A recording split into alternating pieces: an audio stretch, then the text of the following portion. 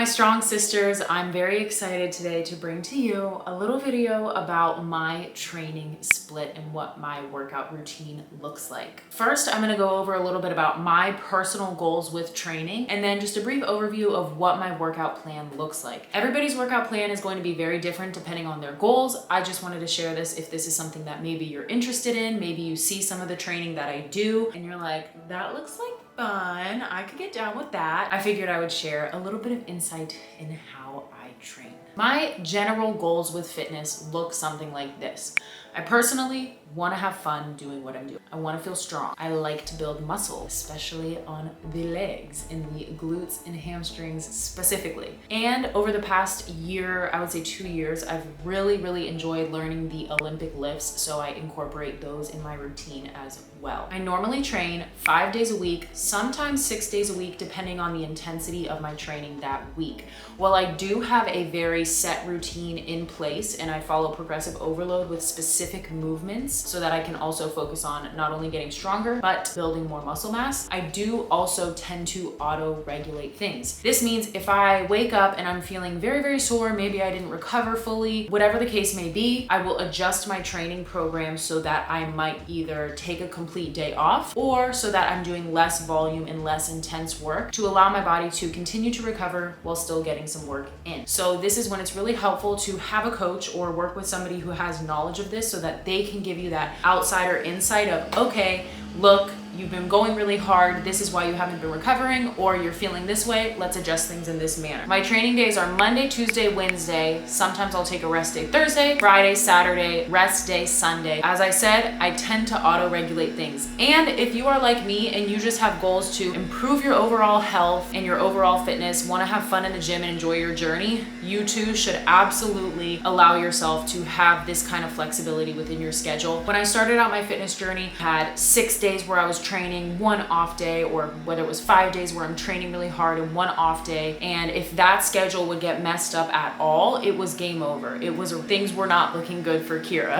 As I have progressed and grown on my journey, while I still like to really follow my routine because I am a creature of habit and I find a lot of peace and clarity in the gym and in my fitness routine, I do also understand that, hey, look, having balance and flexibility is top priority in order to make sure that I can sustain this journey and that I can continue to enjoy it without getting incredibly burnt out and feeling like I'm going crazy if life happens.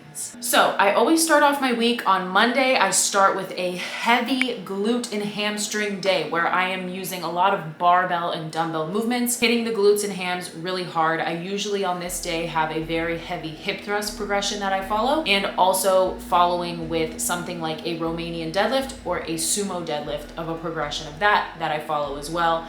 And then I move into a little bit more of the hypertrophy work, not as strength focused, where I'm focusing on a little bit of higher rep ranges to really build muscle. On these days, the intensity is much higher, the weights are higher. The RPE, which is the rate of perceived exertion, which is essentially how hard do you feel like you're pushing, is a lot higher on these days. These days are also very hinge focused. So the main movement pattern of this day is the hip hinge. Then moving into Tuesday, allowing the lower body to rest, I will have a push day where this is targeting lots of chest, shoulders, triceps, lots of pressing overhead. On my push days, I will normally implement something like a push jerk or a split jerk, some kind of a power movement. As I said, I've really learned to enjoy the Olympic lifts, so sometimes I will implement those into my training routine as well.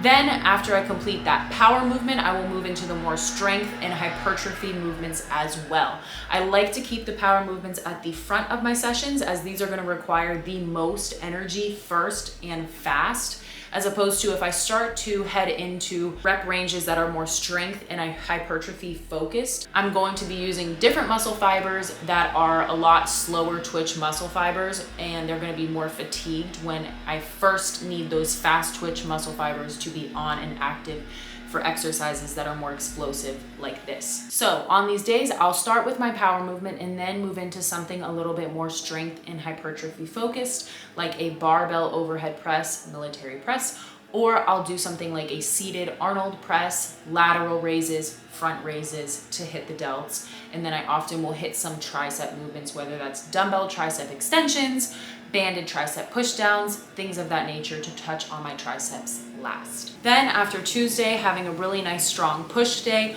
When Wednesday comes around, I will have another leg day, except this day I am focused on hitting quads, and then I will also touch on some glutes and hamstrings, but this is not as strength focused as my first session was. This is a little bit more hypertrophy focused, where I'm implementing the use of some dumbbells and a little bit of machine work. For my quad session though, this is very much starting out very strength focused. I'll do a movement either like a front squat, a back squat, and then move into something maybe like a leg press, and then do something along the lines of walking lunges, split squats, leg extensions, and a little bit more hypertrophy work to focus on growing my quads as well. Then I will move on to a couple glute and hamstring exercises. Sometimes those will be supersetted for the sake of time, and with those I'm normally just doing something with some dumbbells and maybe touching a machine, for example like a machine glute kickback, and maybe something along the lines of like a sumo dumbbell deadlift. After Wednesday, I will normally take a rest day on Thursday. By Thursday, my legs are starting to feel a little bit toasty. My upper body is like, okay girl,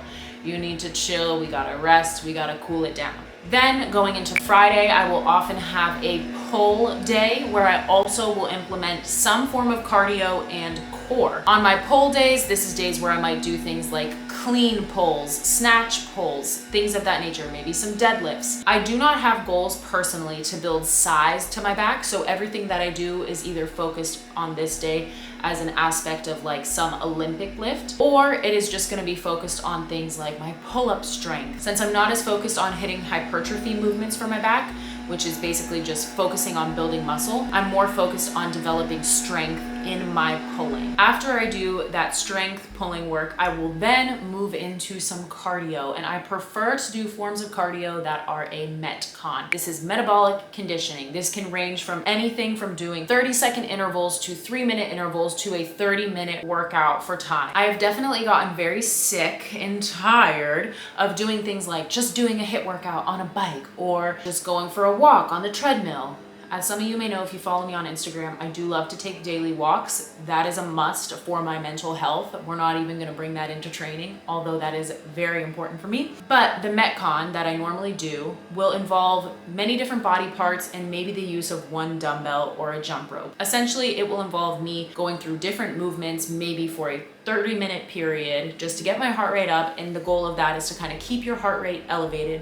This is a more moderate level intensity of cardio, or this could look like something where I'm doing anything from 30-second to 3-minute intervals that are a little bit more high intensity, followed by longer periods of rest. This will vary week to week depending on how I'm feeling, and normally I write these sessions for myself as well. After I do that cardio work, that metabolic conditioning, I will normally train some core, and my favorite way to train core is through Tabata. So if you have not yet done Tabata, it is essentially 20 seconds of work, 10 seconds of rest, and core training can be very, very boring. It can feel exhausting. It can kind of feel dry, but there is something fun and spicy and special about doing core Tabata. So normally you do about 8 rounds of this, 20 seconds of work, 10 seconds of rest. So I will normally pick 1 to 2 movements, go through that once, rest, see how I feel, and maybe repeat that doing 1 to 2 movements again. It is fast, it is fun, it is very effective, your core will be on fire, and it's really just been a great way for me to kind of find love in training my core again. Then on Saturday, I normally will hit another glute and hamstring workout, although this session is very, very, very much focused on just isolation. So I'll do things like machine work only, or using cables and ropes on the cable towers, or just body weight glute ham raises, GHDs, those kind of a thing. I'm not touching a barbell. If I'm touching a dumbbell, I am not going heavy by any means. It's just another way for me to add in more volume to my training sessions throughout the week without having to really wreck my glutes and hamstrings on the first 2 sessions that I have. And personally, I really find probably too much joy in training glutes and hamstrings. So for me, in order to make my journey a little bit more enjoyable, I like to split my volume up this way so that I can hit them at the higher frequency and have a nice little booty pump throughout the week. I just wanted to share this with you guys because, as I said at the beginning of the video, this has been something that has changed so much for me along my journey. But when you're starting out, you might really feel like, okay, I have to hit the gym these days. You may experience some guilt. If you're not, you may experience guilt if you're missing the gym or if you have to take rest days. But I promise you, just developing the habit of hitting the gym a certain amount of times a week alone is going to be so powerful for you in the long run. And taking those days, while it may feel hard and you may feel like, oh my gosh, I'm sitting here resting, you know, maybe you feel good and maybe you're like, I should be out training, I should be in the gym. If you don't give your body the time it needs away from the gym, it's going to come back and bite you in the butt, whether it's an injury, whether it is feeling exhausted, burnt out from your training. And we do not want to end up there. Believe me, we're in this journey for the long haul. Patience is the name of the game. Patience and consistency, baby. I'm telling you right now. If you have any questions or need any help, please feel free to comment down below. I would love to help guide you on your journey and find a nice workout split that works for you. I also will be taking online coaching clients. If you are interested in one-on-one personal training, please be sure to shoot me an email at kiraobrienfitness@gmail.com. I would love to chat with you and help you reach your goals because this is your year, okay? Okay. I hope you guys enjoyed this video. I will see you in the next one.